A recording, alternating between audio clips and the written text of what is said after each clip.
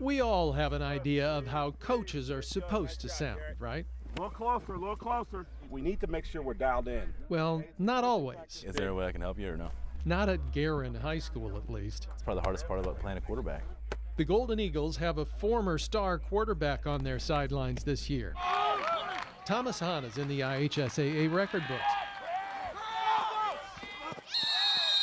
He earned a spot for his passing success during one of his seasons at Lafayette Central Catholic. When you put up some numbers, some colleges kind of take notice. Purdue noticed. He was an invited walk-on for the Boilermakers. He didn't stay, though. He transferred to Notre Dame. But not for football. Don't bear false witness. Don't lie. Don't steal. Honor your father and mother. He points to the 10 Commandments as the basics.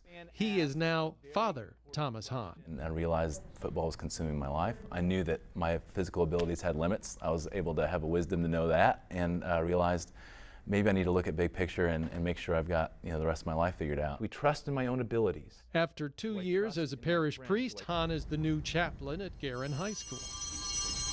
He offers spiritual guidance to the school students and staff, and for the first time, he's a teacher. I tell you, the two answers that are always right is Jesus and pray.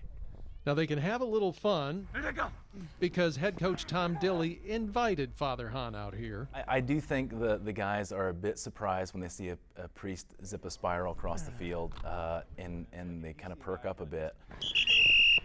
Since he's in his own team colors, they can also have some serious sideline discussions. Foundational human happiness, and we can figure out why we should act the way we should act. He remembers selfish players from his days on the field. If a good play happens, I don't want a guy celebrating alone.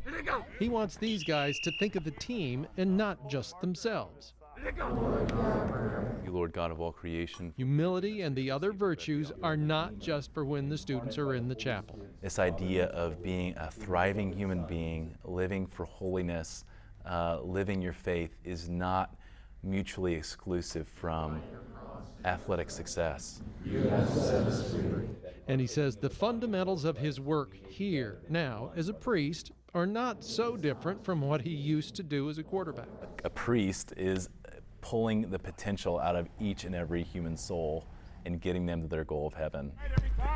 If I can be of assistance in guiding these young men and young women towards what God's got planned for them, let God use me in any way he wants to.